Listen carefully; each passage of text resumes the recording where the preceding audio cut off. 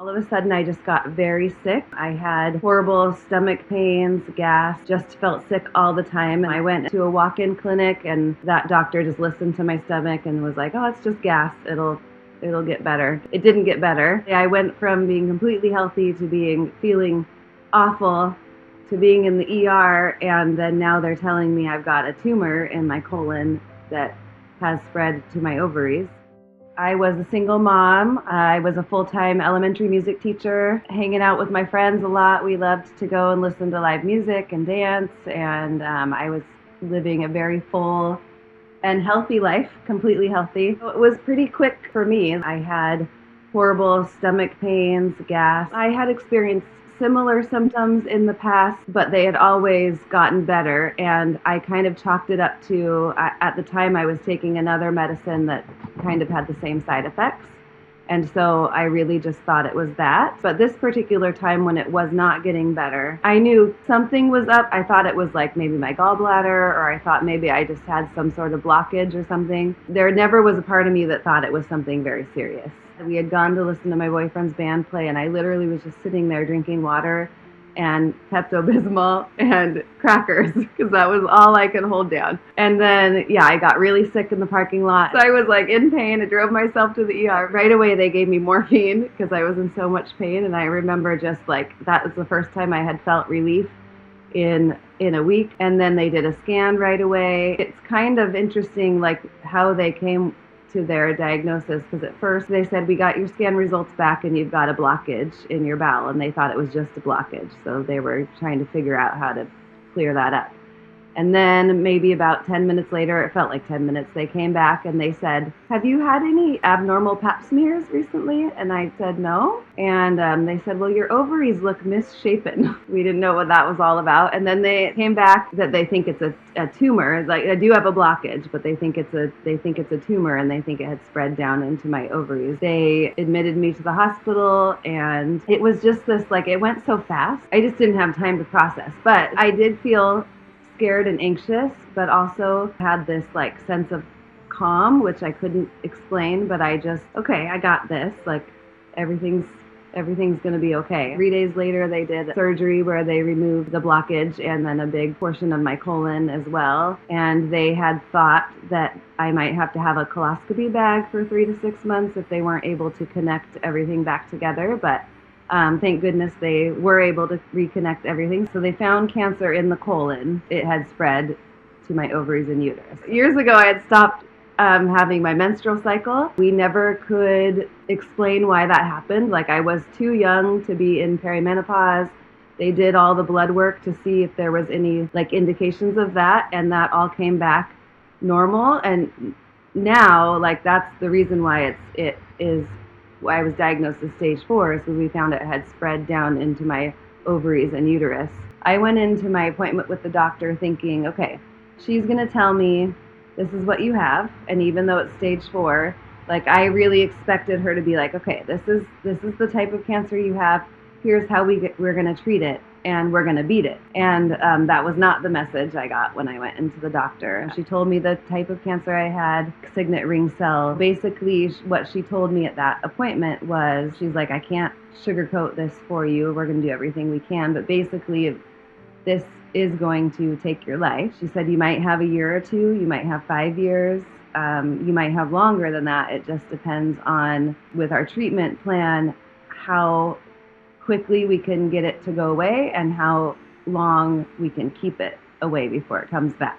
But basically, it's going to keep coming back. Eventually, your body it will overtake your body." It just didn't feel real at first. Mainly thought about my kids, who are still fairly young. It still chokes me up. My daughter had just been accepted to college and was moving to Boise, and I knew that she was going to want to stay. I knew that that was going to make her not want to go away to college. And I didn't want that for her. I wanted her to continue with her plan. And then my son he was 12 at the time. You know, it's never easy. It doesn't matter how old your kids are. It doesn't matter if they're young or, you know, teenagers. It's hard for them. There are so many milestones left in my kids' lives. Like, my daughter is going to be graduating from college in a few years, and then hopefully shortly after that, she'll be getting married and having kids, and my son's going to be graduating from high school, and I don't want to miss any of those things. And so that was those were the things that I really struggled with the most, just not knowing, and I still don't know. I did about 3 months of chemo, and then my numbers went down right away, like my cancer markers in my blood. I had to stop a little bit early because I had developed an allergic reaction to one of the chemos that they were giving me. They did another scan, and it didn't show any signs of cancer. They did a biopsy of that area, and that also came back no signs of cancer. So then I was considered in what they call it NED now instead of in remission. So that was good.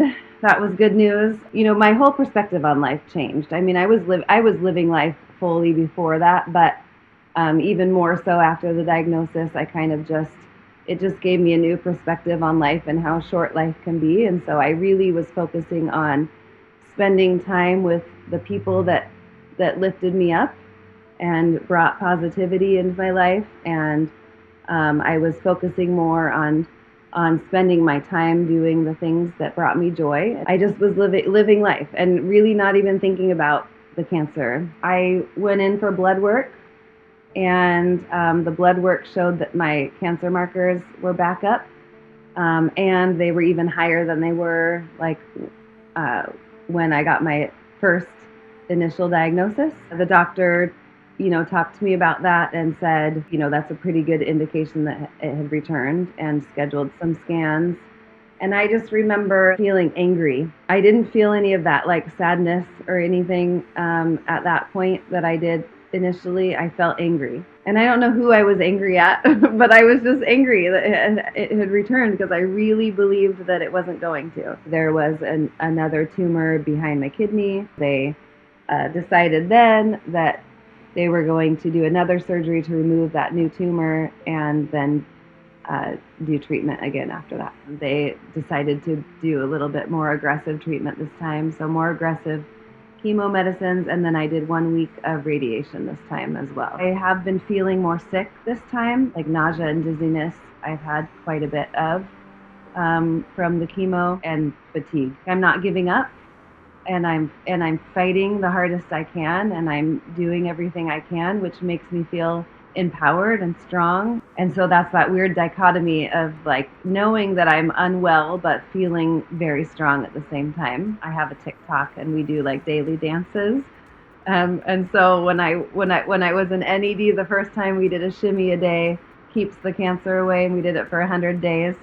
I did a dance every day with my friends or whoever I was with, or by myself. And then so this time, now that it's come back, we do the hustle every day. So I probably make light of it more than most people, but that's what keeps me going. If I have a choice between that and being, down all the time and scared all the time and negative all the time, that to me is not an option for me. I wouldn't want to live my life that way. So I choose not to. I have days where I am sad and I am down, but for the most part, I am choosing to make the most of it, and I'm dancing through it with my friends because that's all I can do.